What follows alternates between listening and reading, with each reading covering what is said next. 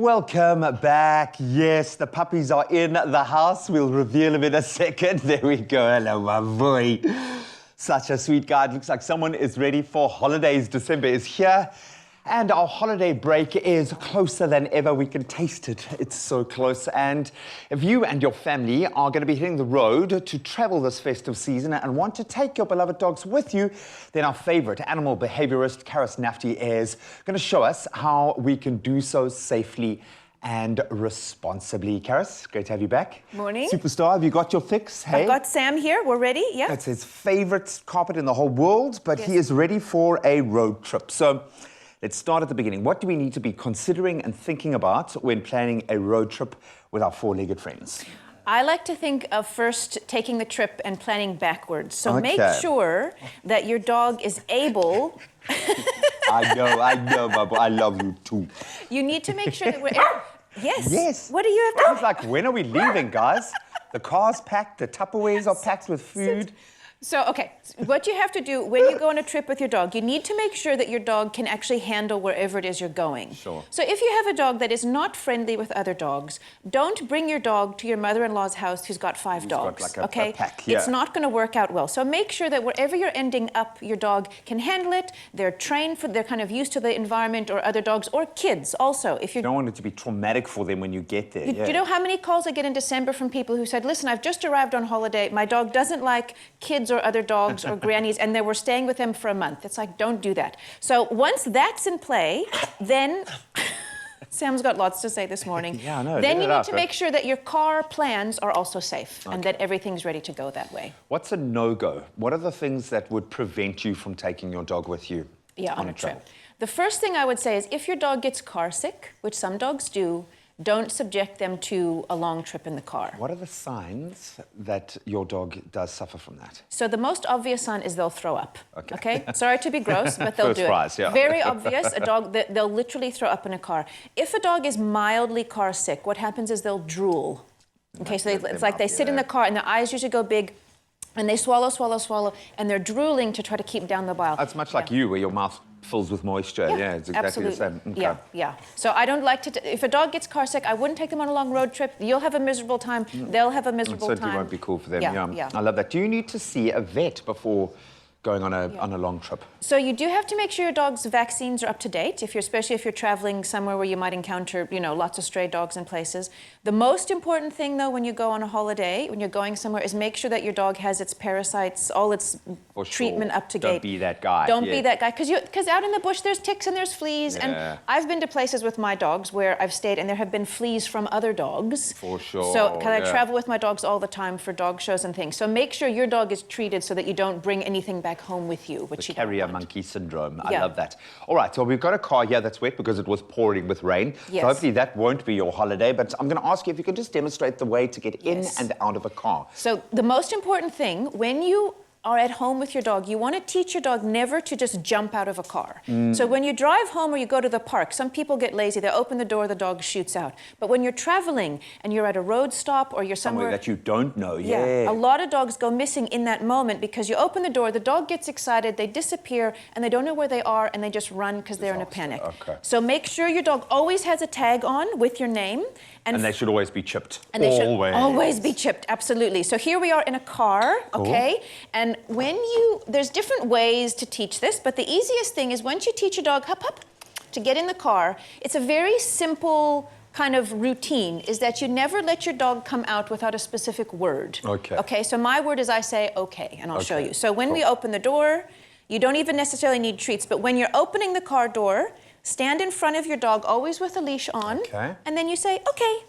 And then the dog learns. Good boy. Yeah, you did it, Sam. Good boy. I know you just want to cut a place off. I know. Then they've got a release word.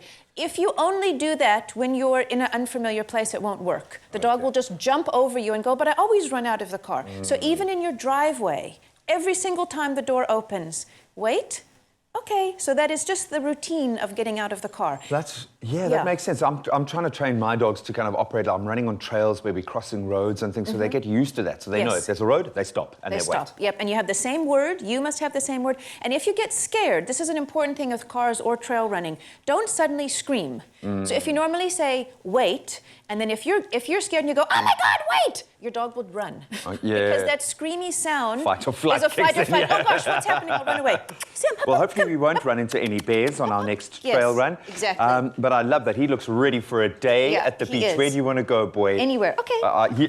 He strikes me like he'll be happy if we just go to the park, to be honest. Anywhere. He's that kind of Anywhere. pup. Stick around. We're going to continue this conversation. I'm interested in some cool things to do with your dogs on the long road trip to keep them safe and healthy and happy. Karis Nafty is not going anywhere. We are inspiring you to travel safely with your pups this festive season. It's my feel-good breakfast show. Welcome back. You're still live with Expresso, and we are back with our friend in all furry matters, Karis Nafty, who's going to show us everything that we need to know about traveling safely and in an enjoyable way, hopefully for our pups, when we travel with our dogs this festive season. Karis, thanks. Superstars, Sammy's in the house. We've had a full kind of idea of what we don't need to do. Now let's look at the positives. When we're traveling, what do we need to do to make sure that they're comfortable? So where should they be sitting? How should we set up the car The situation? car itself. Okay, so not in your lap while you're driving. First tip. Not by your feet, which some Not people anywhere do. near the airbag. No one near the airbag, absolutely. The very safest way to travel with your dog, if you can, is to get a crate, okay? And a crate is, as I always say, it looks like a bird cage.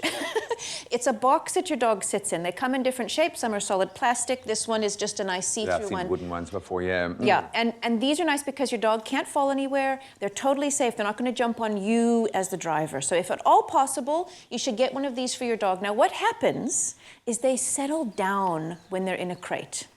Okay, some people think it's cruel, like, oh, but you've locked your dog in prison. But they don't see it that way. To them, it's like a happy little bed. Yeah. Okay, and would you have to get them used to it? Presumably you don't want to be shoving them in there for the first time when you travel. That could be a little bit stressful, yeah? Yeah, exactly. So the best thing to do with the crate is to just feed your dog in the house, feed them in the crate all the time, so that the crate is a happy, sort of, it doesn't feel like they're stuck in there, that it's a happy thing. When you're in the car, dogs do tend to get used to the crate easiest actually in the car, rather than being in the lounge, because they're not used to sort of being stuck in there. Yeah, exactly. Like trapping them. Okay, exactly. for sure.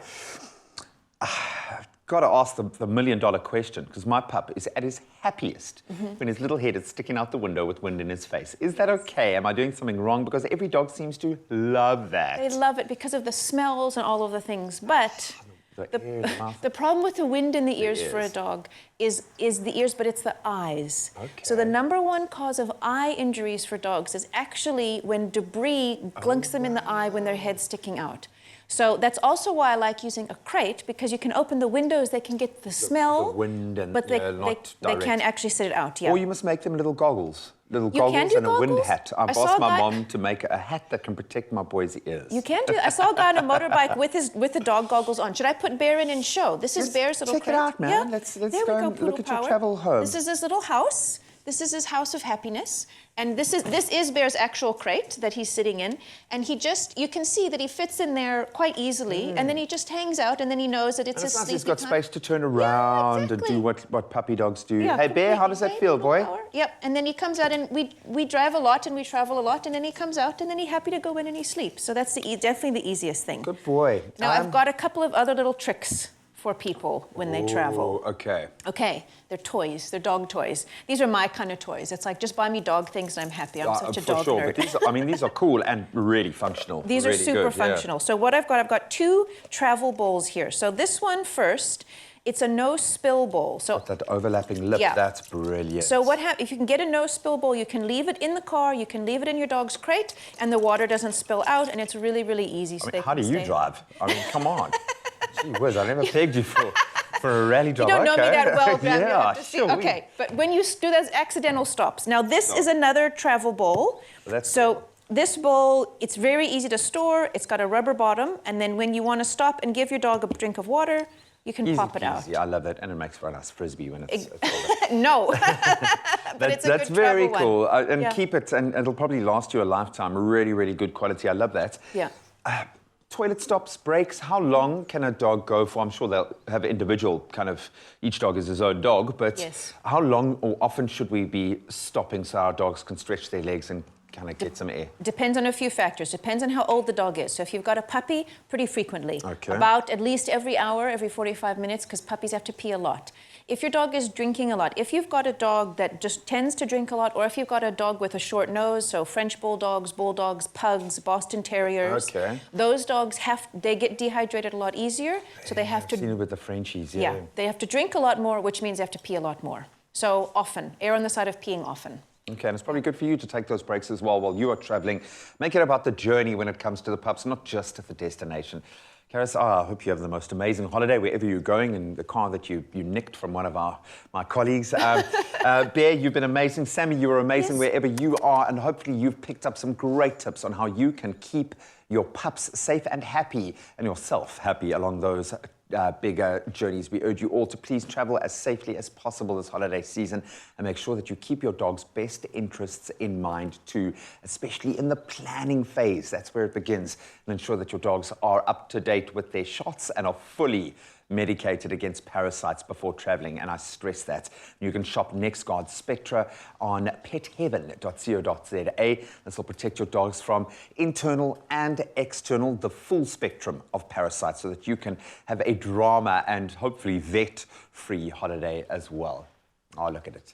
Bear's ready for holiday.